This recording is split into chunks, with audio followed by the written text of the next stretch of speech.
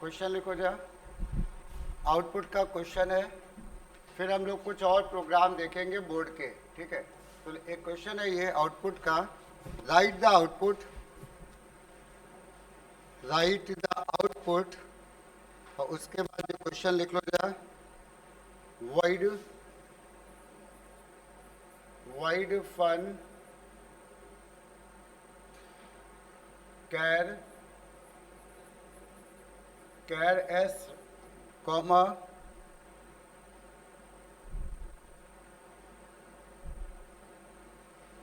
Int x,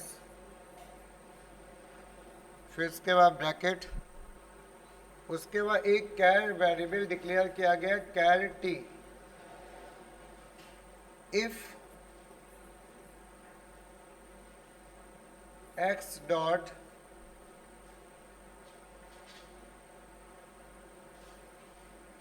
x is less than s dot length by 2,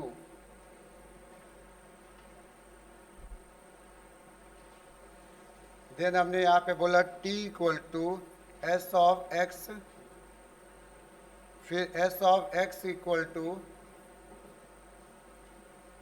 s bracket में s dot length minus X minus one. ये अभी तक का recursive का सबसे टफ क्वेश्चन कह सकते हो इसको, ठीक है। लेंथ माइनस वन, और फिर यहाँ पे भी वही है S dot length minus X minus one equal to T, equal to T. और फिर इन्होंने रिकर्सिव फंक्शन को कॉल किया fun S comma X plus one, और ये इफ बंद हुआ, इफ के बाद ये फंक्शन बंद हुआ, ठीक है। उसी के नीचे एक और रिकर्सिव फंक्शन इन्होंने बनाया fun one, void fun one. इसमें पैरामीटर में एक वैल्यू दे रखी है इन्होंने स्ट्रिंग एन, ब्रैकेट, क्वेश्चन अभी कॉपी करना है, ठीक है, ब्रैकेट, और फिर लिखा है इन्होंने char C equal to new char N dot length, N dot length.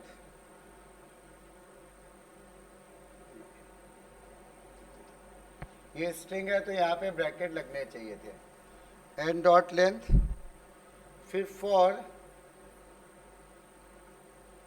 Integer i equal to 0, i less then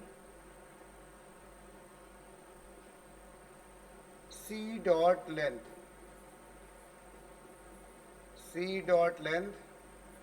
then i plus plus, then c of i equal to n dot caret i। फिर इन्होंने call किया fun, value pass कर दी c comma 0। ये एक दो function है, एक ही programme में है, ये बोर्ड में क्वेश्चन आया था। इसमें काफ़ी चीज़ें जो है वो समझने वाली हैं, ठीक है। अब इसके क्वेश्चन में इन्होंने बोला था, ये तो कॉपी कर लिया, अब इसके बाद बोला था इन्होंने, पहला पार्ट ये था कि इसका आउटपुट क्या होगा जब हम लोग वैल्यू पास करेंगे। हम लोग वैल्यू पास करेंगे फन फंक्शन में, वैल्यू पास करेंगे हम लोग एस वाले एरे में पास करेंगे JUNE जून, JUNE जून, ये पास करेंगे हम लोग, और साथ में x की वैल्यू देंगे हम लोग 1। ये तो कह रहा आंसर क्या आएगा सेकंड क्वेश्चन में, कह रहा जब हम लोग फन 1 को कॉल करेंगे, फन 1 को, और हम n की वैल्यू देंगे स्क्रॉल, ये n की वैल्यू देंगे स्क्रॉल, तो क्या आएगा और थर्ड में पूछा पर्पस ऑफ फन। और ये जो क्वेश्चन है ना, यही क्वेश्चन बोर्ड में आ चुका है और इस साल के सैंपल पेपर में भी यही क्वेश्चन इन्होंने दे दिया है। बोर्ड का जो सैंपल पेपर आया है उसमें भी यही क्वेश्चन दे दिया है इन्होंने इस बार।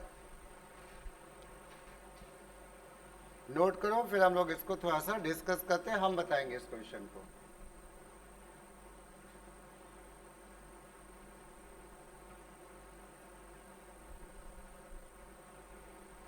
ठीक है, अब जरा देखना ध्यान से इस क्वेश्चन में हो क्या रहा है। क्वेश्चन में जो हम लोग के सबसे पहला फंक्शन है वो कौन सा कॉल किया जा रहा है? फन। फन का मतलब इसकी बात हो रही है ना। और इसमें जो पैरामीटर है उसमें क्या क्या चाहिए? देखो, एक एस चाहिए एरे और एक क्या चाहिए? एक्स। तो इन्होंने क्या बोला, एस में जो वैल्यू हम लोग पास कर रहे हैं इस एस में, वो क्या पास कर रहे हैं हम लोग? जून। ठीक है, एक एरे है तो यहाँ पे एरे में JUNE और एक्स की वैल्यू पास कर रहे हैं 1। तो ये फंक्शन क्या करेगा, क्या वैल्यू ये रिटर्न करेगा, इसको जो हम लोग देखते हैं। ठीक है, तो अब हमने इसमें जो वैल्यू पास की है वो पास की है JUNE और इसमें वैल्यू क्या पास की है? 1। ठीक है, इसमें हमने वैल्यू पास की है 1।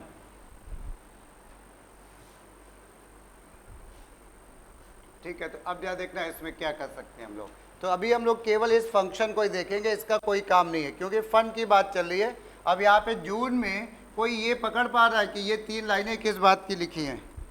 ये 3 लाइनें किस बात की लिखी हैं? किसी को समझ में आ रहा है? हाँ, स्वैपिंग की। याद करो, टी में ये वेरिएबल आया, इस वाले वेरिएबल में एक दूसरा आया और टी जो है इसमें आ गया स्वैपिंग। याद आई? तो यानी स्वैपिंग हो रही है एस एक्स की और S dot length minus X minus 1 की। तो अब जो है स्टार्ट करते हैं। यहाँ पे टी है, एक्स की वैल्यू है 1 और एस डॉट लेंथ बाई 2 कितना बन रहा है? बोलो 2। एस की इस, अच्छा इस ये एक हम लोग का एरे है, एरे की लेंथ निकालने में हम लोग ब्रैकेट नहीं लगाते हैं। अभी जब एरे पढ़ेंगे तो फिर से ये सब डिस्कस करेंगे। यहाँ पे ये आ गया 2, यानी 1 लेस देन 2 चल रहा है। सही है। इसके बाद तुम यहाँ पे आ गए, कौन कौन से इंडेक्स नंबर की स्वैपिंग हो रही है इन 3 लाइन में? देखना, S1 की स्वैपिंग हो रही है, S1 x की वैल्यू 1 है ना। और दूसरा वेरिएबल कौन सा जिसको जो स्वैपिंग में पार्ट ले रहा है? ये क्या बन रहा है? देखो पूरा ये बन रहा है क्या? S, क्या S डॉट लेंथ हो गया 4, इसकी लेंथ है 4, 4 माइनस 1 3 माइनस 1 क्या बन गया? 2। तो यानी S2, यानी S1 और S2 आपस में क्या कर रहे हैं? एरे के अंदर स्वैपिंग कर रहे हैं ना। यहाँ पे स्वैपिंग कर रहे हैं। और अच्छा, इन्होंने प्रिंटिंग नहीं कराई क्या? इस प्रोग्राम में प्रिंटिंग भी होनी चाहिए थी। एक प्रिंटिंग का स्टेटमेंट शायद हमें लग रहा है मैंने यहाँ पे बुक में नहीं दिया है। अच्छा दिया है, हमने नहीं लिखा है। ठीक है, एक लाइन और बढ़ा लेना। यहाँ पे ये जो कैरेट है ना, यहाँ पे एक लाइन बढ़ा लेना, ये SOPLN S कर देना, बस इतना कर देना, SOPLN S, बिल्कुल शुरुआत में ही फंक्शन में। ठीक, तो अब देखो इससे क्या होगा, हमने इसमें वैल्यू क्या दी है? इस वाले S में वैल्यू दी है क्या? जून। फिर से सुनना जो अभी अभी है, यहाँ S वाले में दी है जून और X में वैल्यू दी है 1। तो अब क्या होता है, एक नई चीज क्या है, ये जो लाइन है ये क्या काम करेगा? ये S को प्रिंट करेगा, बट S तो कुछ है ही नहीं, S तो पूरा एरे है ना। जब खाली SOPLN में S लिखते हैं, हालांकि जावा में नहीं चलता, ये C में चलता है, बट आ गया था तो कॉन्सेप्ट है ये, तो ठीक है। तो S में क्या प्रिंट हो जाएगा? पूरे एरे की वैल्यू प्रिंट कर देता है। अगर हम यहाँ पे S0 लिखते तो क्या प्रिंट होता? बोलो जी। 1 लिखते तो U प्रिंट होता, बट अगर खाली S लिख देंगे तो क्या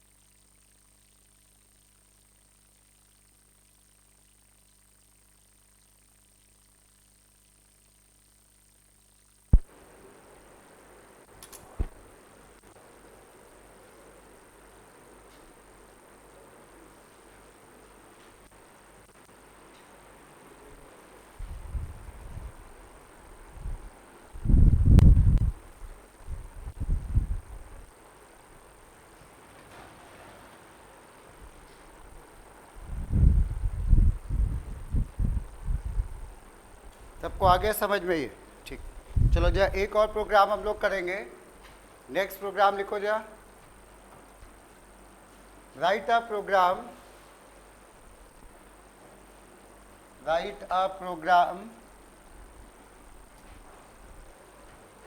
टू चेक, नहीं राइट अ प्रोग्राम, चलो अच्छा ये लिखो, write a program to check a number is prime or not. Write a program to check a number is prime or not, number is prime or not in range of two numbers. थोड़ा इसको tough करते हैं, in range of two numbers. ठीक है, example हमने यहाँ पे लिख दिया, या राइट अ प्रोग्राम, क्या लिखा है, टू चेक ना, राइट इसमें कर दो write a program to print, check किएगा लिख लो, write a program to print the prime number in range of two numbers. ठीक है, ऐसे कर दो, write a program to print all the prime number in range of two numbers, in range of two numbers. Example यहाँ पे note करो, जैसे हमने कहा a की वैल्यू है 4 और b की वैल्यू है हमारे पास है यहाँ पे मान लेते हैं 12। हमें क्या करना है इस प्रोग्राम में, सारे प्राइम नंबर प्रिंट करने हैं।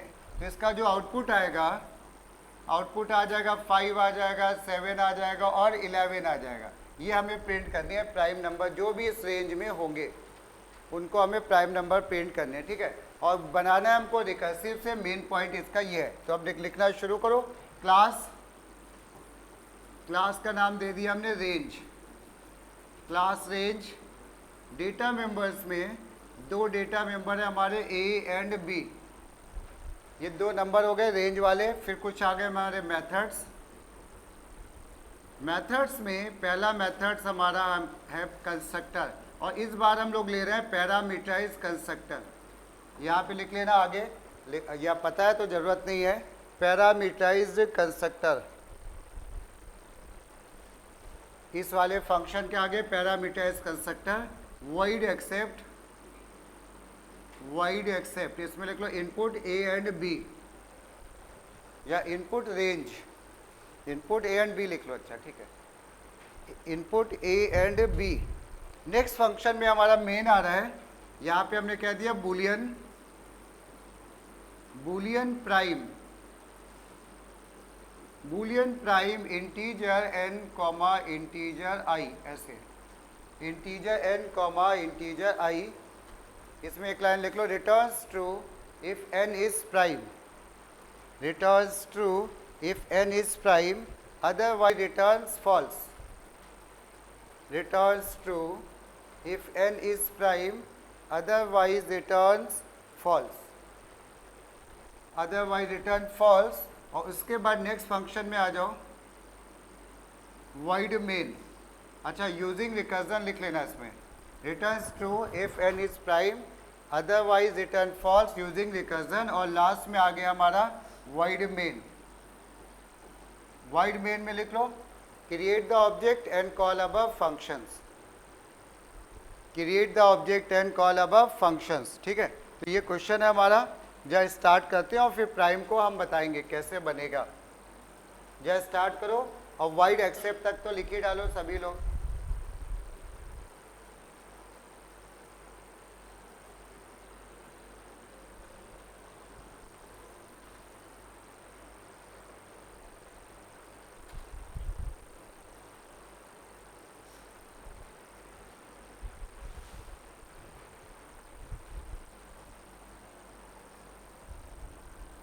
इधर हम भी लिख दे रहे हैं, अगर किसी को प्रॉब्लम आया तो देख के भी लिख सकता है ये। ठीक, चलो तो यहाँ पे स्टार्ट करना होगा हम लोग को इंपोर्ट से। क्लास का नाम दे दिया हमने रेंज, फिर दो डेटा मेंबर्स हैं हमारे, इंटीजर ए कॉमा बी, फिर आ गया हमारा रेंज। रेंज में दो पैरामीटर चाहिए हमको, एक ए के लिए तो हमने लिख लिया A1, इंटीजर बी के लिए तो लिख लिया हमने B1, और इसके बाद ए और बी को हमने पैरामीटर से इनिशलाइज कर दिया। ये पैरामीटर से हो गया इनिशलाइज, ये बन गया कंस्ट्रक्टर। कंस्ट्रक्टर के बाद ए और बी की वैल्यू को हमें एक्सेप्ट भी करना है, एक्सेप्ट मीन्स इनपुट भी करना है, यानी s c dot next int भी कराना है, तो then void accept, then void accept, और इसमें हम गए और हमने यहाँ पे एक स्कैनर क्लास भी लगा दिया, enter two number, enter two numbers, और ए में हमने पहला नंबर इनपुट किया s c dot next int, और बी में हमने दूसरा नंबर इनपुट करा दिया s c dot next int. ये दो नंबर आ गए ए और बी, ठीक है। अब हमारा फंक्शन आ रहा है, मेन फंक्शन आ रहा है प्राइम, जिसमें हमें थोड़ी सी प्रॉब्लम होगी, boolean prime integer N comma integer I, ठीक है। तो यहाँ पे बूलियन प्राइम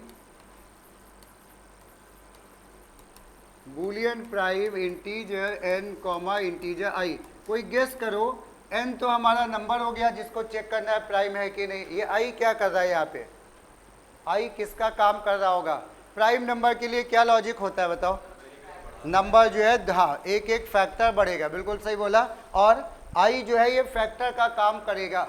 उसके पहले हम लोग इसी जो लॉजिक यूज करने जा रहे हैं उसको हम लोग एक लूप से समझ लेते हैं। देखो प्राइम नंबर को हमें बताया गया कि जो भी नंबर प्राइम है इसके नंबर ऑफ फैक्टर कितने होते हैं, 2, यही तो बताया गया, फैक्टर जो है 2 होते हैं।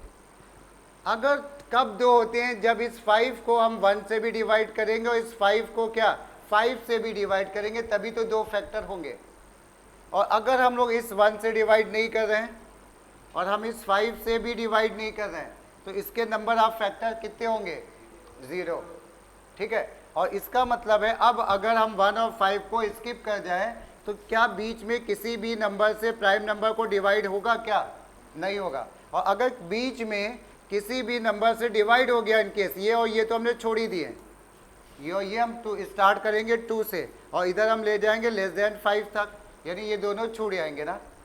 तो क्या होगा कि ये जो अगर बीच में किसी भी नंबर से ये डिवाइड हो गया तो ये प्राइम है कि नॉन प्राइम है, बोलो नॉन प्राइम है ना। बस यही लॉजिक हम लोग लगाएंगे, हम लोग 2 से डिवाइड करना शुरू करेंगे और कहीं बीच में डिवाइड हो गया तो हम कह देंगे कि ये प्राइम नहीं है, और यहाँ से यहाँ तक चलते गए और कभी डिवाइड नहीं हुआ तो इसका मतलब वो प्राइम है, और उसी को रिटर्न कर देंगे ट्रू या फॉल्स, इस तरह से। तो अब आ जाओ इस बात को हम लिखते हैं, तो गेस करो इस आई में हमने क्या वैल्यू भेजी होगी, वहां से 2 भेजी होगी, वेरी गुड, ये तो समझ में हम मतलब ये एज्यूम करके चल रहे हैं अपने लॉजिक के हिसाब से, आई की वैल्यू हम 2 भेजेंगे और एन में क्या भेजेंगे, वो नंबर जिसकी हमें चेकिंग करनी है।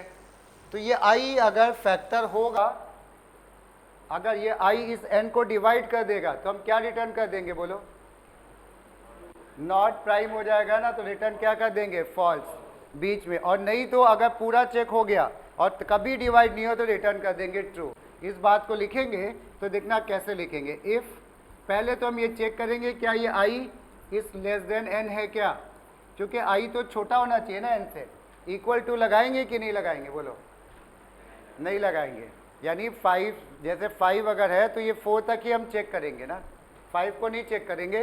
तो अब इसके बाद हम यहाँ पे क्या चेक कर रहे हैं, अगर n जो है वो डिवाइड हो गया किससे, i से, अगर n i से डिवाइड हो गया तो हम क्या मतलब निकल रहा है, प्राइम है कि नहीं है ना, प्राइम नहीं है ना, और प्राइम नहीं है तो क्वेश्चन में क्या बोला गया है, रिटर्न फॉल्स, यानी हमें आगे कोई चेकिंग ही नहीं करनी, हम यहाँ पे लिख देंगे सीधे सीधे रिटर्न फॉल्स। लेकिन अगर ये डिवाइड नहीं हुआ है तो क्या करेंगे, अगले नंबर पे जाएंगे, अभी तो 2 से चेक कर रहे हैं ना, 2 से डिवाइड नहीं हुआ, इसका मतलब हो सकता है ये 3 से डिवाइड हो जाए, नहीं हुआ, 4 से हो जाए, नहीं हुआ, फिर तो लूप ही खत्म हो, ये कंडीशन ही फॉल्स हो गई। तो ठीक है, तो हम यहाँ पे एल्स में क्या लिख दें, कोई गेस करो, हम अगले नंबर पे जाएंगे, यानी यहाँ पे हाँ, तो हम कॉल और रिटर्न टाइप लगा हुआ है तो हम रिटर्न कीवर्ड के साथ कॉल करेंगे, रिटर्न क्या, रिटर्न प्राइम। क्या इस n को अपडेट करने की जरूरत है क्या, n को नहीं, किसको अपडेट करना है, i+1, इसको अपडेट करना, और ये चलता गया, कभी भी डिवाइड नहीं हुआ यहाँ पे, ये कंडीशन हमेशा फॉल्स रही, और कभी ना कभी ये भी फॉल्स हो गया, तो क्या मतलब है, इसका मतलब डिवाइड हुआ ही नहीं, तो इसका मतलब क्या हो गया, ये नंबर कैसा है हमारा, प्राइम, और प्राइम के केस में क्या रिटर्न कराना है हमको, ट्रू। तो चाहे तो एल्स में लिख दो और चाहे तो डायरेक्ट ऐसे भी लिख सकते हो, एल्स में लिख दो, नहीं तो कंफ्यूजन ना हो, डायरेक्ट भी चल जाता है, एल्स रिटर्न ट्रू। तो ये हमारा प्राइम नंबर का प्रोग्राम हो गया, इसमें कोई भी एक्स्ट्रा वेरिएबल अलाउड नहीं था। ठीक है, ये हमारा प्राइम नंबर का प्रोग्राम है।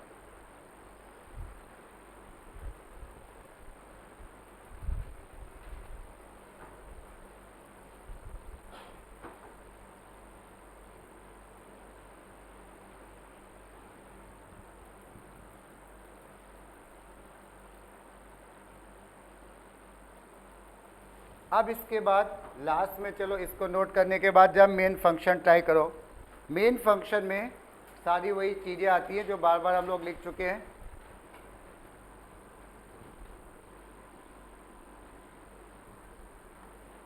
मेन में हम लोग ऑब्जेक्ट बनाएंगे तो कंस्ट्रक्टर कॉल होगा, और कंस्ट्रक्टर इस बार हमारा पैरामीटराइज है। तो हमने क्या करा, पब्लिक स्टैटिक वाइड मेन, ये पब्लिक स्टैटिक वाइड मेन गए और इसमें हमने बनाया कंस्ट्रक्टर रेंज, ऑब्जेक्ट बना रहे range obj equal to new range. Object बनाते वक्त क्या चीज़ कॉल हो जाती है, कंस्ट्रक्टर। और कंस्ट्रक्टर इस क्वेश्चन में कैसा कंस्ट्रक्टर इन्होंने दे रखा था, पैरामीटराइज, यानी 2 वैल्यू हमें पास करनी पड़ेंगी। तो हम यहाँ पे ब्रैकेट में कोई भी वैल्यू पास कर दो, ये तुम्हारी मर्जी है। 0 0, पहली बार में 0 0 मिल गया ए और बी को ना, दूसरी बार में अब किसको कॉल करें बोलो, एक्सेप्ट। इससे क्या होगा, ए और बी आ जाएगा। तो हमने यहाँ पे लिखा obj dot accept, obj dot accept से 2 नंबर आ गए, ए और बी की वैल्यू आ गई। अब हमें क्या करना है, ए और बी के बीच में जितने भी प्राइम नंबर है उनको प्रिंट करना है ना। तो हम जैसे कि ए की वैल्यू है मान लेते हैं 4 और बी की वैल्यू हमने दी थी अभी 12। हम पहले इस 4 को चेक करेंगे प्राइम है कि नहीं, नहीं है तो छोड़ दिया, है तो प्रिंट कर लिया। फिर 5 को चेक करेंगे प्राइम है कि नहीं, 6 को चेक करेंगे, ऐसे हम लोग 12 तक आएंगे। तो क्या करें इसके लिए बोलो, हाँ इसके लिए लूप लगा देंगे भाई, एक लूप लगा देंगे फॉर। अब एक छोटी सी दिक्कत और है, हो सकता है ए छोटा हो सकता है बी छोटा हो, हमें जाना है छोटे से बड़े नंबर तक ना, यूज़र है कुछ भी दे सकता है किसी में। तो ये काम कैसे हैंडल करें बोलो, ए और बी 2 वैल्यू हैं, हमें नहीं पता है छोटी कौन सी है, हाँ मिन और मैक्स का यूज़ कर लें। तो हम इस आई को, हालांकि क्वेश्चन में तो दे देते हैं कि आई ए लेस देन बी ये सब, बट हम फिर भी लगा आई को कहाँ से शुरू करें, मैथ डॉट मिन से, मैथ डॉट मिन ए कॉमा बी, जो भी छोटा होगा ए और बी में वहाँ से शुरू होगा, जाएगा कहाँ तक लो,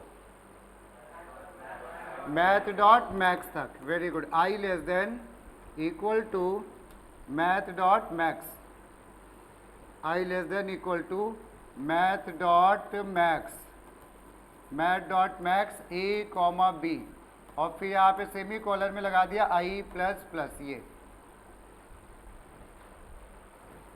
आई प्लस प्लस। ठीक है, अब बार बार हम किसको चेक करेंगे कि ये प्राइम है कि नहीं, बताओ किसको, आई को।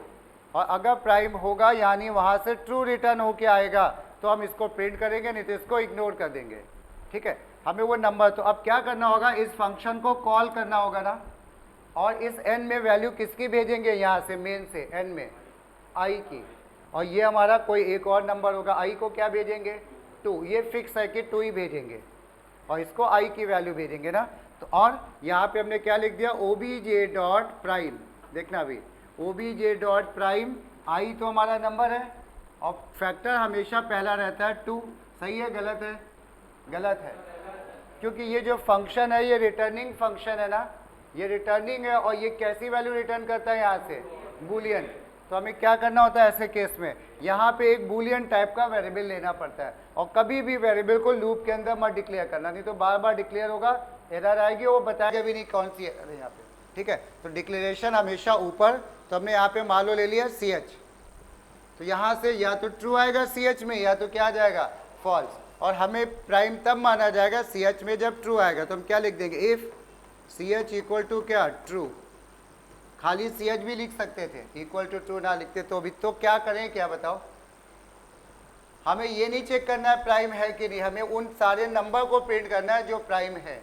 तो क्या करें बताओ, हम लोग किसको, हाँ SOP या SOPLN नहीं, CH को नहीं प्रिंट करेंगे भाई, SOP लिख देते हैं ज़्यादा, एक ही लाइन में प्रिंट हो जाएगा SOP और I और एक स्पेस दे दो ऐसे, तो क्या होगा, एक स्पेस के साथ ये प्रिंट होते जाएंगे। लूप बंद किया, मेन बंद किया, क्लास बंद किया, और जो लोकल वेरिएबल आए, जैसे कि आया हमारा इंटीजर I आया और बूलियन टाइप का CH आया, इनको लोकली डिक्लेयर कर देना है मेन के अंदर कहीं पे भी यूज़ करने से पहले। नोट कर लो।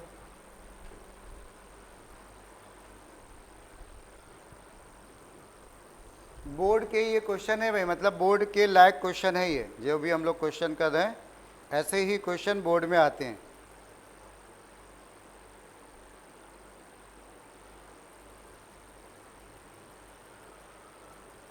अब एक छोटा सा क्वेश्चन हम फंक्शन बता रहे हैं और उसका प्रोग्राम लिखवाएंगे, उसको तुम लोग ट्राई करना भाई, ठीक है, क्योंकि बहुत मिलता जुलता क्वेश्चन होगा। चलो यहाँ पे एक लिखो जाए, राइट द आउटपुट, क्या हुआ, नहीं लिख पाए भाई?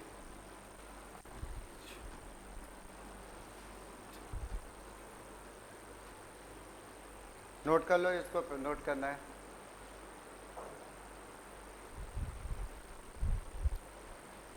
एक क्वेश्चन हमारा होता है क्या, GCD का, GCD, और जिसको हम लोग बोलते हैं क्या, SCF, है ना, SCF या GCD एक ही चीज होती है, उसका भी प्रोग्राम बना सकते हैं हम लोग।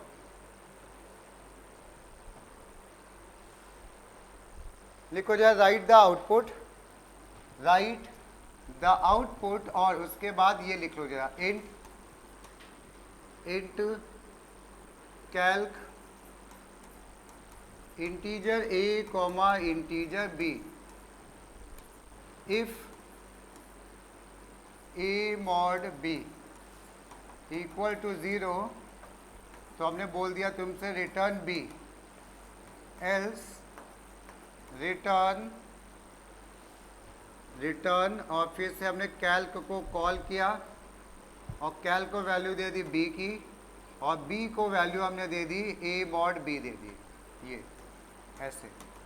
और ये फंक्शन अभी हमने कराया था एक दिन बीच में, बट कोई नहीं, ये थोड़ा सा ट्रिकी क्वेश्चन है। और इसके बाद हमने तुमसे ये कह दिया कि इसकी वैल्यू निकालो, अगर फंक्शन में हम पास कर रहे हैं, फंक्शन में हमने पास कर दिया है यहाँ पे 15,5 में, तो पहली बार में ये आंसर आ जाएगा। चलो हम लोग यहाँ पे ले लेते हैं 18,4, ये करो 18,4 वैल्यू पास कर रहे हैं, तो इसका वैल्यू क्या रिटर्न होगी ये बताना है तुम्हें।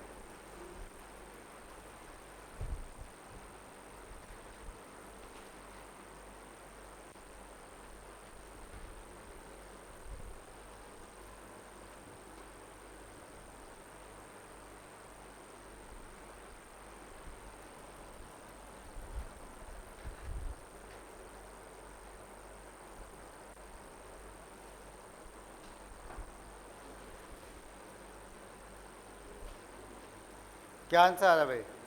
2। और कोई बताओ? 2 ही आ रहा है। चलो जरा देखते हैं 2 सही है कि गलत है। देखो ऐसा है, हमने यहाँ पे लिखा कैल्क, इसमें कोई प्रिंटिंग तो हो नहीं रही है, तो हम रिकर्सिव एरो बना के इसको सॉल्व करेंगे। कैल्क लेके गए 18 और 4, ये कंडीशन क्या हमारी? फॉल्स। ये कंडीशन 80 mod 4 आता है 2, 0 के बराबर नहीं है, तो यानी ये एल्स चला। ये B की वैल्यू क्या है? देखो B की वैल्यू क्या है, यहाँ पे 18 है, और ये B की वैल्यू क्या है? 4। तो क्या हुआ, B जो है वो किसको मिल गया? B मिल गया किसको? इस A को मिल गया ना। तो इस A को अगली बार क्या मिल गया कैल्क में? 4। और इधर क्या आया? 18 mod 2 कितना आया? 18 mod 4 कितना आ रहा है? 2। ये 2 किसको मिल रही है? सेकेंड पैरामीटर को, B को 2। और 4,2 लेके जब चले गए, 4 इसकी वैल्यू है 2, ये कंडीशन क्या हो गई हमारी? ट्रू। जब ट्रू हो गई तो रिटर्न क्या हो गया? 2 रिटर्न हो गया ना। तो यहाँ पे हम लोग का इसने क्या कर दिया? रिटर्न कर दिया 2। और ऊपर यहाँ पे स्टैक में तो कोई वैल्यू पड़ी नहीं है जो ऐड होगी, तो क्या लिख देंगे? It will return 2। और इसका पर्पस क्या है? इसका पर्पस लिखो, returns SCF of A and B, returns SCF of A and B। A और B का ये SCF रिटर्न कर रहा है, return SCF of A and B। और एक लाइन इसमें और ऐड कर लो, using long division method, using long division method. अब जाए एक चीज और समझते हैं। ये तो भाई हमने लिख दिया, तुमको समझ में आ गया, ठीक है, तो ये रटने जैसी बात हो गई हमें, लेकिन इसका कॉन्सेप्ट नहीं समझ में आया ना। तो अब हम लोग इसको लूप से अगर लिखेंगे तो कॉन्सेप्ट हमें समझ में आएगा, देखना। तो उसी के नीचे हमने कहा यूजिंग लूप। यूजिंग लूप, देखो तुमने पढ़ा होगा मैथ में छोटे क्लास में, 2 नंबर का अगर एचसीएफ निकालना हो, छोटे नंबर से बड़े नंबर में क्या करो, डिवाइड करो। लॉन्ग डिवीजन मेथड, या इसका एक नाम और है यूक्लिड मेथड भी बोलते हैं इसको, ठीक है। तो यहाँ पे क्या हुआ, 4 से क्या क्या, 4 4 जा 16, 4 4 जा 16, रिमाइंडर क्या बचा 2। तो क्या करते थे फिर, ये जो 2 है अगली बार के लिए बनता था डिवाइजर, और पुराना वाला जो डिवाइजर था वो बन जाता था क्या, डिविडेंड ये, और फिर हम इसको डिवाइड करते थे। 2 से 2 2 जा 4 आ गया, रिमाइंडर कितना आ गया 0। अगर 0 आ गया तो फिर आगे हम नहीं बढ़ेंगे, नहीं तो आगे बढ़ते जाते थे। और उस केस में एचसीएफ कौन बनता था, आखिरी वाला जो डिवाइजर होता था ये हमारा एचसीएफ बनता था, याद आया। तो अगर मान लो कि ये स्मॉल डी है, ये कैपिटल डी है, मान लेते हैं, ठीक है, और हमें इनका एचसीएफ निकालना है, तो लूप से कैसे निकालेंगे, तो देखना हमने कहा यहाँ पे int HCF integer capital D comma integer D. ध्यान से देखना, हम कब तक ये काम करते रहेंगे, बोलो, जब तक क्या चीज 0 नहीं मिल जाती, रिमाइंडर, है ना। और हमें नहीं पता ये 2 बार में मिलेगा कि 4 बार में कि 1 बार में, तो हम लोग ऐसे केस में वाइल लूप का यूज करते हैं। वाइल क्या, d mod d not equal to 0। कुछ पॉइंट समझ में आ रहा है क्या, हम क्या कहें, जब तक रिमाइंडर 0 नहीं हो जाता तब तक ये काम होगा। क्या काम होगा, अब ये देखो, सबसे पहले तो हम, ये तो 0 नहीं है ना, पक्की बात, तभी तो यहाँ पे अंदर आया लूप। तो अब हम क्या करेंगे, रिमाइंडर निकालेंगे। रिमाइंडर कैसे निकालेंगे, बोलो, डी मॉड डी, ये हमारा क्या आ गया, रिमाइंडर आ गया। अब हम क्या करें, ये जो पुराना वाला डिवाइजर है, जो ये रिमाइंडर है वो स्मॉल डी बन जाना चाहिए ना, और पुराना वाला जो डी है वो क्या बन जाना चाहिए, कैपिटल डी। तो क्या लिख दें इसको, कैपिटल डी कौन बन जाना चाहिए, बोलो, स्मॉल डी। और स्मॉल डी में कौन सी वैल्यू होनी चाहिए, आर। समझ में ही बात, ये आर, और ये चलता रहेगा चलता रहेगा चलता रहेगा, कभी ना कभी इसका रिमाइंडर 0 आ जाएगा, आएगा ना, ऐसे चलेगा तो कभी तो आएगा ही 0। और जब 0 आएगा तो कौन बनेगा इसका एचसीएफ, हाँ, आखिरी वाला स्मॉल डी। तो हम यहाँ पे क्या कर देंगे, रिटर्न स्मॉल डी। कुछ पॉइंट समझ में आया। और हमने यहाँ पे यही किया, देखो हमने कहा अगर रिमाइंडर 0 आ जाए, सुनना, रिमाइंडर 0 आ जाए तब तो स्मॉल बी हो गया, स्मॉल बी डिवाइजर है ना। और नहीं तो क्या किया हमने, इसको बड़े वाले नंबर को, बड़े वाले नंबर का मतलब डी को हमने कौन सी वैल्यू दे दी, देखो छोटी वाली वैल्यू, और इसको रिमाइंडर दे दिया, ठीक है। हम लोग अगली बार इसी से कंटिन्यू करेंगे अभी, क्योंकि लेट हो जाओगे, ठीक है, इतने ही रख लो, फिर नेक्स्ट टाइम पे हम लोग इसको थोड़ा सा कंटिन्यू करेंगे। इतना ये चाहे तो नोट कर लेना एक बार, ये वाला काम, ये वाला यूजिंग लूप है ये,